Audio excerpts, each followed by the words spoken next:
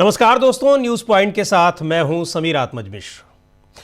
देश में जब बहस संविधान बचाने की चल रही हो, लोकतंत्र पर खतरे की चल रही हो, चुनाव आयोग से सवाल पूछे जा रहे हों कि वो कैसे संसद की शक्तियों को हड़पने में लगा है, सरकार से सवाल पूछा जा रहा हो कि देश को नीचा दिखाने वाली डोनाल्ड ट्रंप की टिप्पणियों पर वो खामोश क्यों है, इन सवालों के जवाब देने की बजाय यदि सत्ता पक्ष की ओर से विपक्षी नेताओं को देशभक्ति का पाठ पढ़ाया जाने लगे, उनकी देशभक्ति पर सवाल खड़े किए जा रहे हों, वो भी बेहद हास्यास्पद तरीके से, तो इन सब बातों पर हंसी तो आती है, लेकिन ये बातें परेशान बहुत करती हैं। बीजेपी के प्रवक्ता हैं संबित पात्रा, नाम से तो आप परिचित ही होंगे, अब सांसद भी हो गए हैं। सोशल मीडिया और व्हाट्सएप पर चल रही कुछ तकनीकी चीज़ों के आधार पर आज वो सीधे लोकसभा में नेता प्रतिपक्ष राहुल गांधी की देशभक्ति पर ही सवाल उठाने लगे। पहले उनकी बातों को सुन लेते हैं, फिर बताते हैं कि माजरा क्या है। जैसे कहा, मोदी जी को बदनाम करने, आरएसएस को बदनाम करने और राहुल गांधी को प्रमोट करने। ये आरुषि राजपूत है सऊदी अरबिया से। ये देखिए, राहुल गांधी जी को प्रमोट कर रही हैं फादर ऑफ अंधभक्त, ये राहुल गांधी। ये काटा लिया है सिंगापुर से, appreciation for Rahul Gandhi on his birthday. India is stronger because Rahul Gandhi refuses to give up on her. Rahul's courage lies in refusing to play politics of hate. He is reminded that India's soul still finds strength in compassion, debate and pursuit of justice. Rahul Gandhi PM बने, उसके लिए Singapore से भरसक कोशिश कुछ लोग कर रहे हैं। वोटर नहीं है, ये भारतीय भी नहीं होंगे, ये अकाउंट ही नहीं होंगे, मगर राहुल गांधी बने। हम राहुल के साथ कहां से? ये वेस्ट एशिया से है। यहां पर तो कोई है नहीं साथ में, तो वेस्ट एशिया से ही ढूंढा है साथ। West Asia, Pakistan, Singapore, Bangladesh, यहां से लोग साथ दे रहे हैं राहुल गांधी का। यह भी आप देख सकते हैं। ठीक उसी प्रकार कितने महान राहुल गांधी है, इसका सर्टिफिकेशन बाहर के देशों से किया जा रहा है। पूरे इस डॉक्यूमेंट में अनेकों ऐसे उदाहरण हैं जो विदेश के भूमि से हमारे देश में माहौल बनाने की कोशिश की जा रही है। पात्रा साहब जो कुछ कह रहे हैं उसकी सच्चाई जानेंगे तो हंसी बहुत आएगी। सोशल मीडिया प्लेटफॉर्म एक्स में एक फीचर है कि किसी का अकाउंट कहां से चल रहा है। इस फीचर के आधार पर उन्होंने कुछ लोगों के अकाउंट खंगाल डाले और पाया कि सरकार से सवाल पूछने वाले और राहुल गांधी की तारीफ करने वाले कुछ अकाउंट्स दुनिया के अलग अलग देशों की लोकेशन बता रहे हैं। बस फिर क्या था, पात्रा साहब भड़क गए। ये भी नहीं सोचा कि पता कर लें कि ये सब टेक्निकलिटीज है क्या। ये भी नहीं पता कर पाए कि उनकी अपनी पार्टी के अकाउंट्स दूसरे देशों की लोकेशन में चल रहे हैं। चूंकि सत्तारूढ़ पार्टी के जिम्मेदार नेता हैं, इसलिए कांग्रेस पार्टी की प्रवक्ता सुप्रिया श्रीनेत ने जवाब दिया और कुछ सवाल भी पूछ डाले। सुनते हैं सुप्रिया श्रीनेत को, क्या कहा उन्होंने। एक्स पर एक नया प्रोडक्ट लॉन्च हुआ, उस प्रोडक्ट में आपको लोकेशन पता चल सकती है। एक्स ने आधिकारिक तौर पर क्या कहा है उसको मैं बाद में बताऊंगी। बीजेपी की मूर्खता आप पहले सुन लीजिए।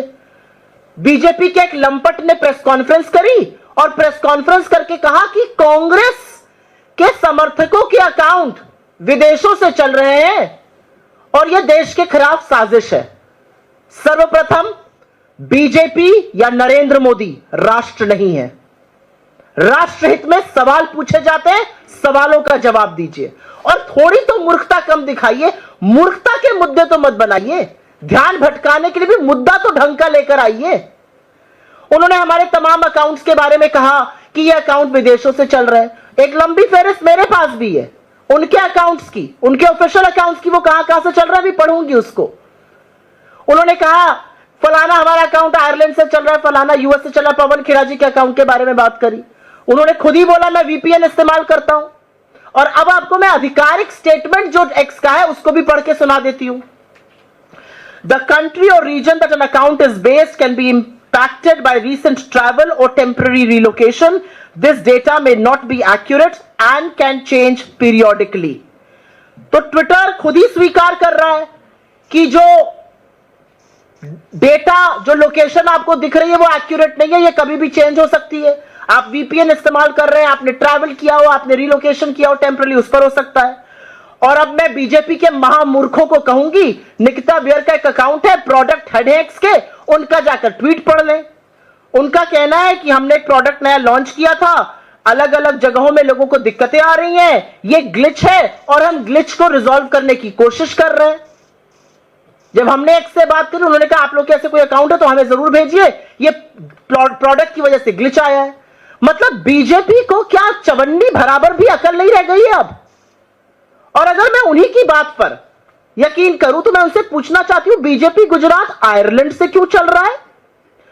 स्टार्टअप इंडिया का अकाउंट आयरलैंड से क्यों चल रहा है?